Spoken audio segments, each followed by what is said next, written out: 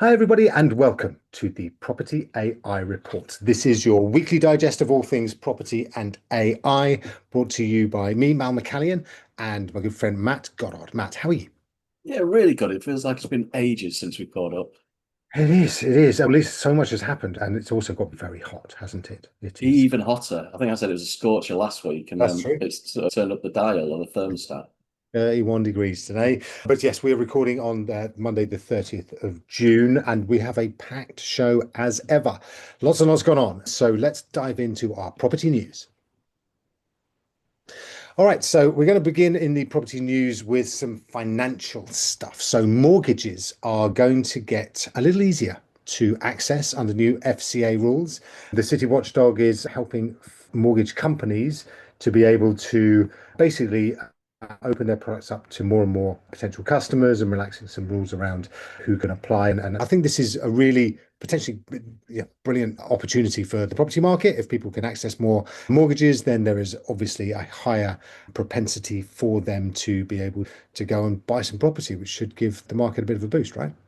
Absolutely. It looks like there's been pressure from the government to push for a bit of economic growth, and these changes are almost rolling back on what was introduced as part of that last mortgage market review. Put my teeth in MMR by the FCA. So anything that can stimulate a bit of economic growth is a positive, and seeing it specifically around that first time buyer piece is only going to be positive, isn't it?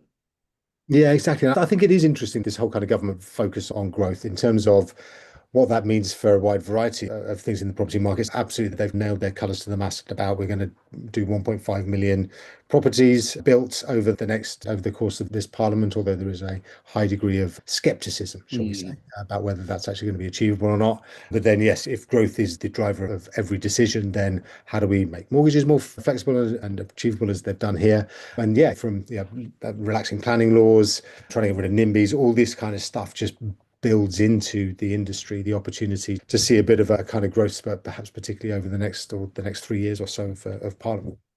Absolutely, it's every chain of the process, isn't it? As you say, and then even when you get a property and agree to buy it, it's that 3 or 4 months it's going to take to actually own it. So the sooner, if chipping away at each stage of that, if we can push in some economic growth and let first-time buyers have a bit of cash, then hopefully that'll fuel the other areas. Yeah, 100%. All right, next on our property news, we are talking about AI valuation models. Now, we were looking at this. So essentially, the story is that AI valuation models look at one particular kind of property and they will value that based on some deep research that they've gone off and done. If you use ChatGPT deep research or Google Gemini deep research, then that it can go off and find information and bring you back something that is going to give you an idea, an understanding of the answer to a particular question. In this case, how much is my property worth? And there's been a few of the traditional, let's call them, automated valuation model, AVM businesses have come out and said, actually, these are very unreliable. And the reason they're very unreliable is because of because we use data that they don't use. I've been yeah, a little bit skeptical, I think, of this because whilst there is a systematic way of AVMs being created, and again, my history of when we set up Zoopla, we Mm. brought the AVM into the UK for better or worse. Sorry, everybody. It's a lot better than it was, is what I'm going to say. But at the same time, vendors love it. This is the moment that they start to think about how much can I afford when they're looking to move house. So it was a real win back then. It is a great lead magnet Mhm. for agents and for everybody. But in terms of accuracy, I'm not suggesting it's secondary, but I do think it's more a case of capturing the data of the vendor rather than necessarily exactly matching what their expectations are. Is that right? Well, for me, as you say, it's a lead form, isn't it? If you take the social media advertising, the Facebooks, Instagram, the best campaigns always end with a lead capture form, and the AVM approach is there, isn't it? It's like even on this little street that I live in, my two bed is very different footprint and shape to the one that's meant to be identical on the surface further down. So looking at those AVM, there's no way that the data companies can know that based on what's readily available. And even some of the huge data companies in our industry, the sort of 20As, the Spriffs, the price hubbles, they have to infer quite a lot of those data points from just what's the common point on the market. And so you can't be absolute bang on of say having an estate agent come around to see how well you've decorated it or how the space is laid out or the fact you've knocked two of the rooms together or done a loft conversion or a basement fit out. But this comes from more anecdotal feedback, doesn't it? This survey, I think it was 258 estate agents were asked for their opinion, and 87% were of the view that they weren't given the right true value or reflecting a true value. Yeah, and I wonder if you asked the same estate agents or another 258 estate agents whether they liked the AVMs just per se, just full stop. And I don't know if they necessarily say that they were entirely accurate themselves, and I think they probably want to do the job as an agent. But yeah, I think it's more and more AI is going to encroach into these areas where data has been king. I think it's going to be really interesting to see how some of the incumbents try and bat it out, because you will be able to ask AI a question and it will give you an answer. And whether that answer is there is an imponderable about what the value of my property is, because essentially the value of your property is what somebody's going to be able to pay for it, or somebody willing to pay for it. And that is true pretty much anything. Yeah, it's going to be you can argue all the way through back to humans valuing property about whether it's true or not, and whether actually the valuation that humans are going to give is in any way more accurate than that comes from AI or from one of these more traditional AVM systems. But yes, I think it's going to be an increasing challenge for traditional AVM businesses to fight AI. And I think unless they start surfacing up their data to the large language models. I know there's one new data player coming to the market, Outra, who I think is the background was the guy who founded HomeTrack, which is another business that he became associated with, wasn't it? And the Outra are actually giving away quite a lot of their market data for free, where the other data providers do that. So it's fueling those large language models, and you start to move on to what is the next propensity signal that you can specialize in. I do think that the data is just going to be everywhere. You are going to be asking your personal AI for information about anything, and it will be readily available. So yeah, I think that putting it behind paywalls or even registration walls and things like that is probably going to be a time-limited opportunity. Pretty soon, you're just going to ask ChatGPT or Claude or Gemini the question, and it will spit you out an answer. So yeah, loads still to come on that, I'm sure, as we go through. I think that increasingly the sophistication of the AI models, there is a lot around ChatGPT 5, which is expected in the next couple of months. And I think that we will see a kind of step change in a a huge array of different types of data sourcing, video, audio, but certainly text as well. And I think that's going to change what is going to be required of all these incumbent businesses all over again, basically. All right. The third story in our property news this week is all about the future of property search. Now, this isn't something self-generated here. This is actually something that you've found over in one of your Australian kind of markets. Is that right? That's exactly it, yeah. So rather than set you up like I have done the last few weeks, this actually came out of Elite Agent, and more specifically an article written by one of the Ray White principals, a guy called Avi Khan, who's principal for a few Ray White areas around Marsden and Daisy Hill in the Sydney area. But specifically, he was very much championing the idea that with the portals and with the rise of the large language model search that you were talking about on that last point, you really need to own your data, or data, as they would say over that side of the world. It still amazes me that I see really strong agents and with brands, really strong brands who, when you go onto the website, it's a beautiful homepage, and then when you look to search for a specific property, you get bounced off to Rightmove. And I can think of some specific ones just in the last couple of weeks where you're losing that traction and that content away from your own domain authority. Yeah. And I think that this is going to be an increasingly important mode for agents in the AI age, which is how do I look at this particular property, and how do I make a really comprehensive kind of marketing plan for that particular property?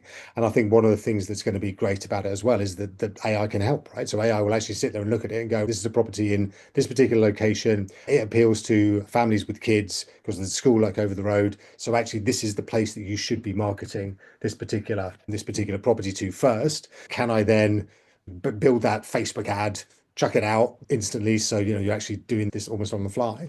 And then yes, making sure that where you share that content, you are in absolute control of. And it might be that an appropriate portal is right for you and stuff like that, but at the same time, the amount of money that you spend on this stuff, man, just without getting on my hobby horse just yet.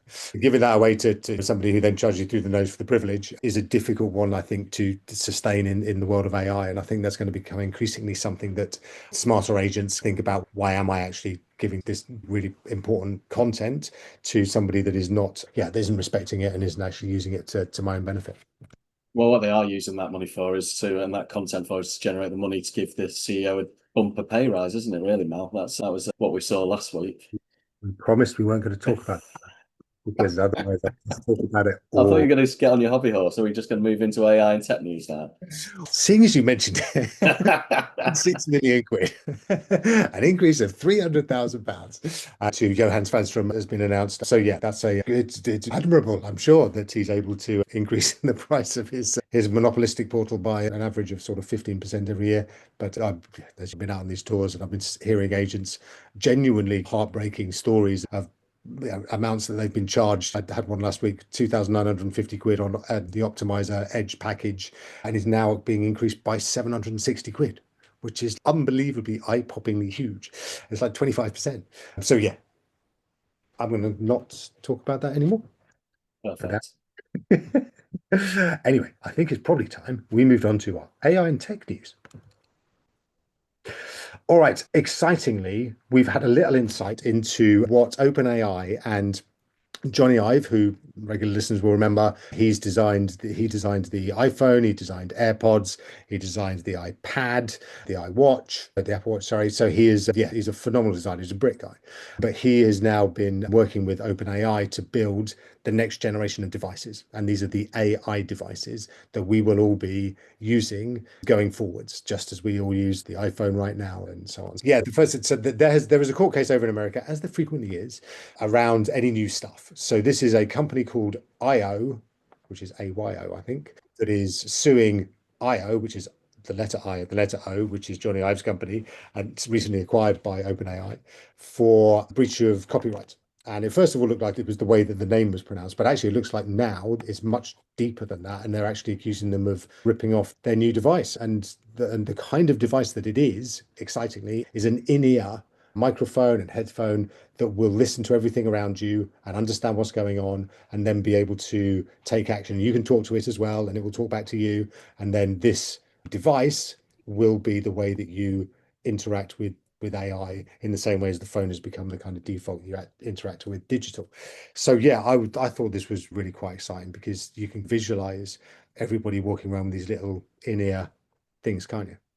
Well, we pretty much do anyway, don't we? In a time where I think Apple have got the new AirPods have cameras in them to pass on more. It's just a shame that Apple don't have any Apple intelligence to work with that concept yet. Now, I was thinking back even when I was doing the commute Solihull twice a week back in 2019, and I'd regularly walk into the office with one of my AirPods in, and I'd have to point in my ear as I walk through the office because of people trying to talk to me. Now I just do that to the charity people around the station and pretend I'm on a call. But I do, the speculations around it's going to be your third device, right? So you're going to have your laptop, your mobile, and then this third IO product. And I'm not sure if you quite touched on it there, but the drums bit on this started when OpenAI scrubbed the internet of all the Johnny Ive stuff, including the pictures of him and Sam Altman in the sort of soft focus and there exactly. But there's the idea that there's going to be something coming. I found it more interesting that this Jason Rugolo, who was the CEO of the company who's suing, was actually the emails he'd been sending Sam Altman actually got released. And I think Sam Altman actually sent them out there, didn't they? And it was him almost pleading to be acquired.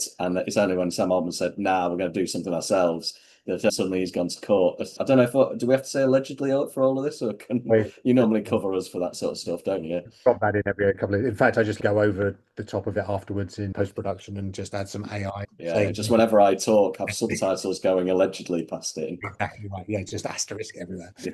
So yeah, no, as you say, it sounds like one of those sort of frivolous, just chancing their arm. How can will you make this go away by giving us loads of cash? But yes, it's forced OpenAI to at the very least reveal a little bit more about what the potential device is. There's relatively few general purpose forms that these devices can take. We've talked about the kind of the ring, the Aura ring before. There's the Meta glasses that are in Ray-Bans and also now in Oakley. So yeah, there will be one form I think that wins out, and it'll probably be the most simple one. Do you know what I think it should be? And maybe I should be patenting this before I say it out loud. I did spend the weekend with my mate who's an IP lawyer. And he claims to listen to this, but that'd be a chance for us to know if he does or not. Is at a time where all countries are now getting rid of smoking for all teens and smoking is going to be ruled out. They should do it as a good old-fashioned cigarette lighter, with the flip top and your eagles and stars carved on the sides. So I can rock up to a meeting, laptop, mobile, good old-fashioned metal cigarette lighter that's actually listening to everything, rather than your Pat Butcher earring that you're going to go for. Listen, I just wear those anyway. Yeah, I realise I say that as I've got my Pat Butcher earring in myself. Very true. For those listening, that's going to sound very weird, but for those that know me, no, it's probably not. All right, so that is our kind of take on the hardware angle. There's also a little bit of legal stuff been going on, and quite interestingly, that a lot of the AI kind of arguments when you go to like the doomers versus the boomers has been all around the idea of copyright theft. So actually, I've created all these things, and then AI has just gone through, learned everything, and now it can recreate my stuff almost at will. And the defense from the AI companies has always been fair use. We as humans, we look at stuff and then learn stuff, and then we try and replicate, but with a slightly different twist and so on. And that's so it's fair use for AI to be doing exactly the same. And over in the States, a couple of companies, so Anthropic, which make Claude, and Meta, which makes Llama, have both been sued and have both won their cases against these creators, who say that it is that the court case was these guys are stealing our ideas and then repurposing them, and we're essentially competing with our own stuff. But the judges have ruled in favor of the companies and said, actually, this is fair use. Again, this is how humans use it. So yeah, just get over it. And so it's very specifically, wasn't it, that humans read and then they take those concepts and that content that they've read and over time evolve their own ideas, which is what's basically the large language models are doing. From my understanding, they were even prompted to try rewrite some of these stories from Claude, and they couldn't get an exact replica of the text, which is why it was thrown out. But at the same time, a lot of and I've got this amazing image in my head of a lot of the Anthropic staff. There was a library that bought during the sort of training of the model where it turned out it was actually a library that had been pirated, and therefore the source material was illegal. But so while the case was thrown out, there's a question mark over the pirated content. And so it's a case of running out to all these local libraries now. And as long as they can scan the pictures and get the content into the large language model from a paid for / free approach. Yes. And it takes me, I know we touched on it last week and you've mentioned it before, but it takes me right back to when Anthony and the gang were starting up LonRes, and they're going around taking pictures of the property descriptions to build that LonRes content. They just employ a team of people to rifle through thrift shops and get books, and of those 8 million texts that are in the pirated, 7 million texts in the pirated content, get paid for or free versions of them, and we're absolutely fine. Yeah, exactly. And actually, it reminds me, on my driving around travels, I went past an Apple car the other day that had the kind of the whatever the Apple Street View equivalent is. They're recording all the streets and doing 2025 version.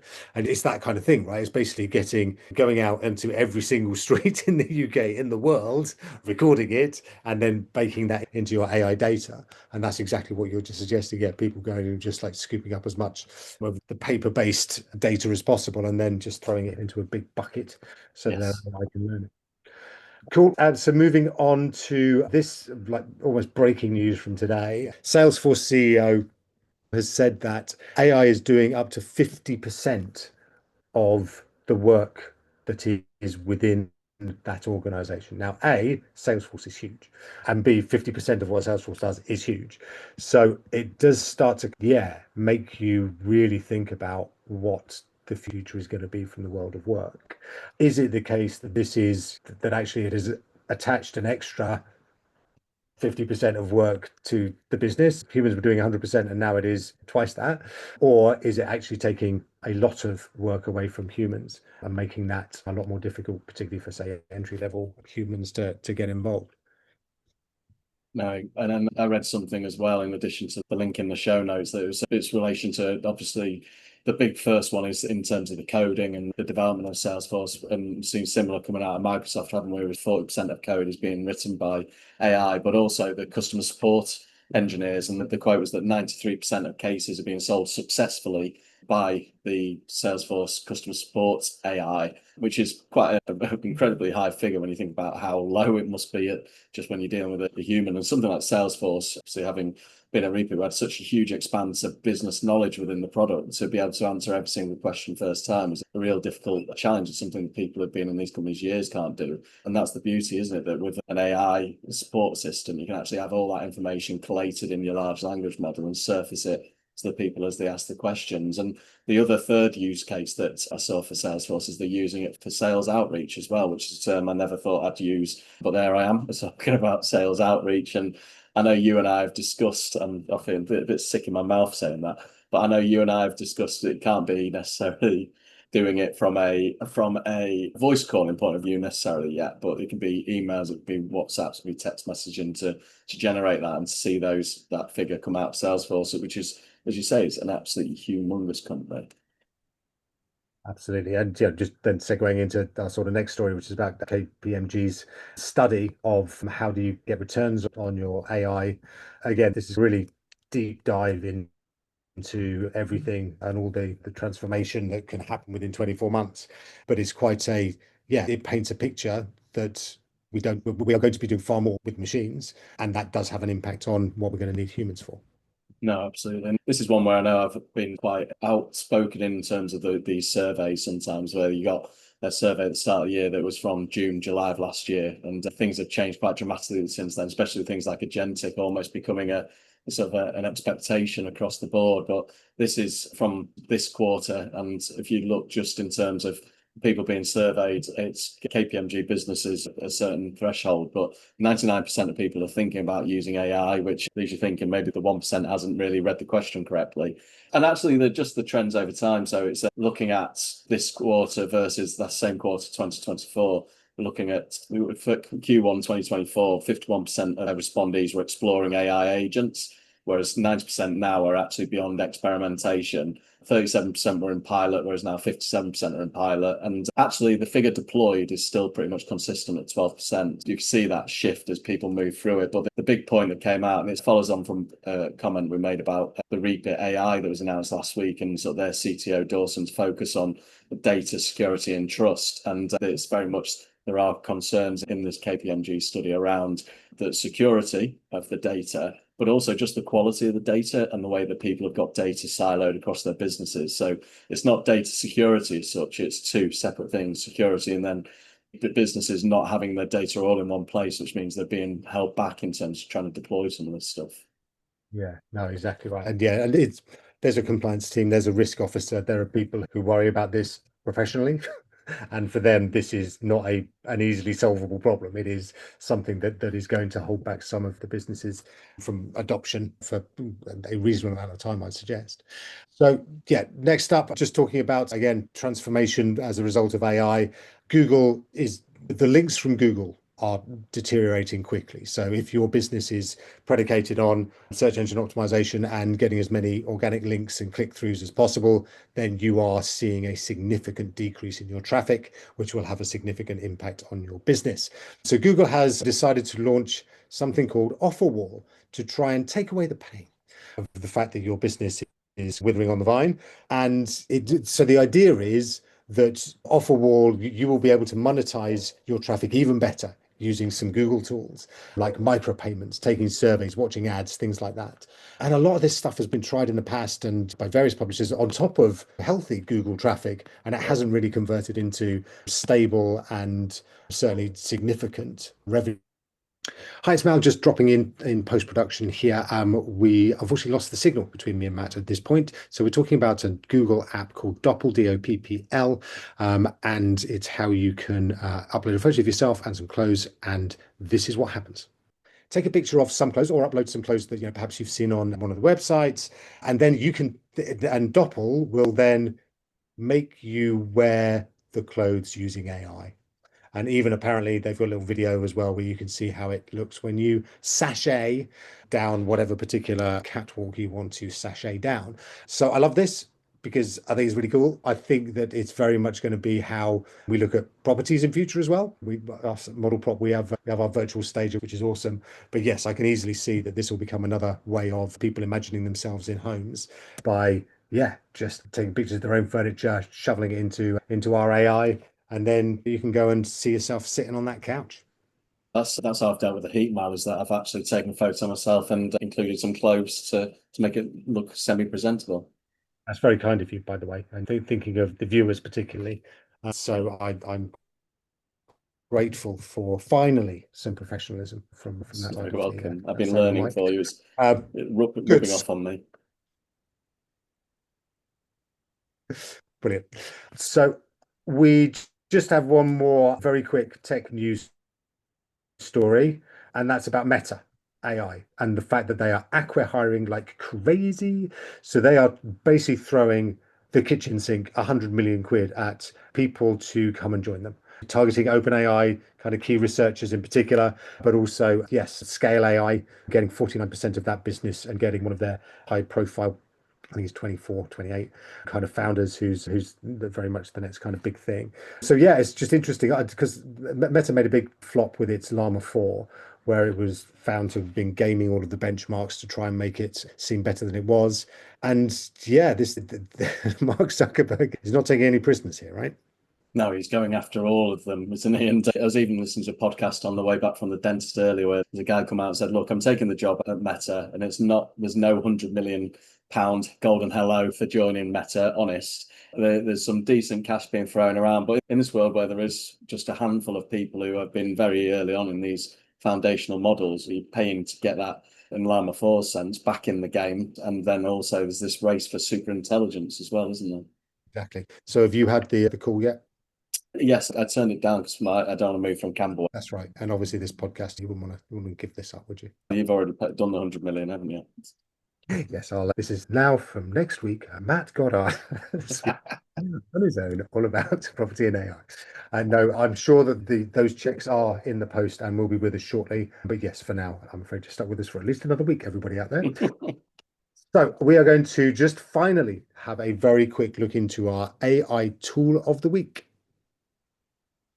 This is ElevenLabs for, again, those who aren't quite sure. ElevenLabs is one of the very cutting edge voice AI applications. It is really awesome.